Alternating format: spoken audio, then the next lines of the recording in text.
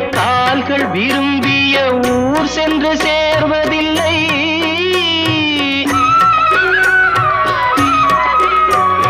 பாதை தவறிய கால்கள் விரும்பிய ஊர் சென்று சேர்வதில்லை.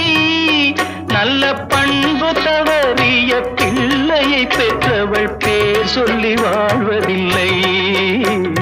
பேர் சொல்லி வாழ்வதில்லை. இந்த பச்சை கிளிக்கொரு செவ்வந்தி பூவில் தொட்டிலை கட்டி வைத்தேன். அதன் பட்டு தூகிலுடன் அன்னச்சிறகினை மெல்லனையிட்டு வைத்தேன்.